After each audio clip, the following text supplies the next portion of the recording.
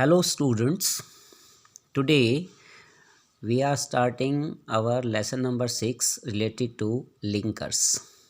First of all, we must know the definition of linkers. Here it is given. Linkers are words that connect two sentences or clauses. Linkers वो शब्द होते हैं जो दो sentences या दो clauses को जोड़ते हैं। एग्जाम्पल भी दिया हुआ है यहाँ पर। The phone rings and you listen to the voice on the other side, कि फ़ोन बजता है और तुम दूसरी साइड पर आवाज़ को सुनते हो। तो इस सेंटेंस में लिंकर का काम कौन कर रहा है? And. Now read the following sentences, learn the answers and write them in your notebook.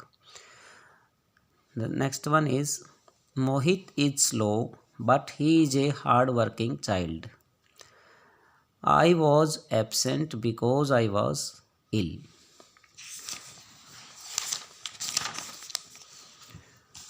Note that linkers perform different functions. In sentence number 1, the linker and joins two independent statements. So students, independent statements वो statement होती है या वो sentences होते हैं जो अपना meaning complete देते हैं, अपने मीनिंग के लिए दूसरे क्लोज पर डिपेंड नहीं करते हैं या सेंटेंस पर डिपेंड नहीं करते हैं। Sentence number 2, but joins two independent statements of contrasting. Contrasting क्या होता है कि एक बात दूसरी बात के बिल्कुल विपरीत होती है, तो वहाँ कंट्रास्ट होता है। सेंटेंस नंबर 3 में because joins the subordinate clause with the main clause. अब बिकॉज जो है वो सबऑर्डिनेटिंग लिंकर है, यहाँ पर आपको दिया हुआ है बिकॉज, जो कि पहले नंबर पर ही दिया हुआ है। जब सबऑर्डिनेट क्लॉज को हम मेन क्लॉज से जोड़ते हैं और वो जो लिंकर होता है उसे हम सबऑर्डिनेटिंग लिंकर कहते हैं। अब इस सेंटेंसेस को हम दोबारा से समझने की कोशिश करते हैं। जैसे learn the answers, right them in your notebook. तो यहाँ लर्न द आंसर्स जो सेंटेंस है वो इंडिपेंडेंट स्टेटमेंट है, यानी कि अपना मीनिंग कंप्लीट अपने आप दे रहा है। किसी दूसरे जो दूसरा सेंटेंस है right them in your notebook, इसके ऊपर डिपेंड नहीं कर रहा है। तो दोनों सेंटेंसेस अपना मीनिंग कंप्लीट दे रहे हैं, तो इसलिए इनको हम इंडिपेंडेंट स्टेटमेंट कहते हैं या सेंटेंस कहते हैं। Mohit is slow but he is a hard working child. Mohit धीरे है, यानी कि काम करने में स्लो है, यानी कि ये उसकी कमी है।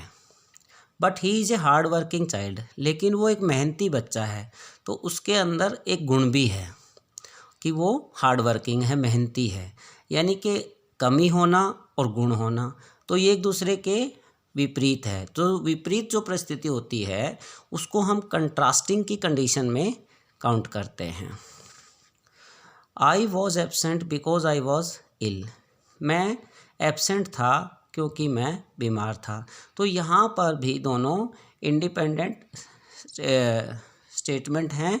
और दूसरा जो है बिकॉज आई वॉज इल, अब यहाँ आई वॉज एब्सेंट ये जो है ये मेन क्लोज है और आई वॉज इल ये सबऑर्डिनेट क्लोज हो गया। सबऑर्डिनेट क्लोज की पहचान क्या है कि ये सबऑर्डिनेटिंग लिंकर से स्टार्ट होता है और मेन क्लोज के ऊपर डिपेंड करता है अपने मीनिंग के लिए। मेन क्लोज अपना मीनिंग कंप्लीट देता है।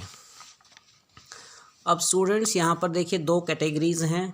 Linkers are classified into two broad categories, एक तो कोऑर्डिनेटिंग लिंकर्स और दूसरे सबऑर्डिनेटिंग लिंकर्स। अब यहाँ पर देखिए कोऑर्डिनेटिंग लिंकर्स जो होते हैं इसमें तीन जो आपके लिंकर्स हैं उनको डिफाइन किया गया है। Merely add one statement to another, यानी कि जो एंड का काम है वो एक स्टेटमेंट को दूसरे स्टेटमेंट से जोड़ने का काम करते हैं, यानी कि जो दोनों स्टेटमेंट होती है वो इंडिपेंडेंट होती हैं। और add two statements of contrasting ideas. और बट का काम क्या होता है, जैसा अभी हमने यहाँ इस सेंटेंस में पढ़ा कि जो अपोजिट क्वालिटीज़ होती हैं उनको कनेक्ट करने का काम करता है बट। और जो थर्ड जो आपको कोऑर्डिनेटिंग लिंकर दिया गया है, और add two statements expressing choice, यानी कि जहाँ पर चॉइस की बात हो गई है वहाँ पर और का यूज़ करते हैं। हिंदी में और का मतलब क्या होता है, या। तो स्टूडेंट्स ये दो प्रकार के लिंकर्स होते हैं, ये तो वो कोऑर्डिनेटिंग लिंकर, और जो सेकंड टाइप ऑफ लिंकर्स हैं वो है सबऑर्डिनेटिंग लिंकर्स। इनको भी अलग अलग कैटेगरी में डिवाइड किया गया है। जैसे फर्स्ट कॉलम में आपको टाइम से रिलेटेड लिंकर दिए गए हैं, before, till, since, after, when, as. Place के लिए जो लिंकर दिए गए हैं, वेयर, वेयर एवर। थर्ड जो है कॉज और reason, because, as, since. Comparison जिसमें हम तुलना करते हैं, than, whereas, such as. Purpose यानी कि उद्देश्य जिसको हम कहते हैं, दैट, सो दैट। रिज़ल्ट जहाँ परिणाम की बात होती है वहाँ पर दैट या सो दैट का यूज़ किया जाता है। और जहाँ पर कंडीशन की बात होती है वहाँ पर इफ़ या अनलेस का यूज़ करते हैं। मैनर की बात होती है वहाँ पर एज या एज इफ़ का यूज़ करते हैं। और कंसेशन की बात होती है वहाँ पर अल्दो या इवन इफ़ का यूज़ करते हैं।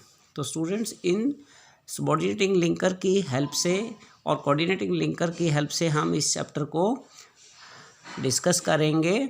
और अब यहाँ पर ऊपर भी देखिए थोड़ा सा और आपको बताया गया है, the linkers that join the main clause and the subordinate clause are called subordinating linkers. Subordinating linkers कौन से होते हैं, जो सबऑर्डिनेट क्लोज को मेन क्लोज के साथ जोड़ते हैं। जैसे you will get a trophy if you win. अब यहाँ पर देखिए एमसी का मतलब क्या है, मेन क्लोज, और एससी का मतलब क्या होता है, सबऑर्डिनेट क्लोज। अब कहता है कि तुम्हें एक ट्रॉफी मिलेगी यदि तुम जीतते हो, तो यहाँ पर कंडीशन लगा दी गई है इफ़। तो यहाँ पर आपको कंडीशन का जो लिंकर दिया गया है इफ़, उसका यहाँ पर यूज़ किया गया है। तो students you can do all these worksheet related to linkers very easily with the help of the given tables. Thank you.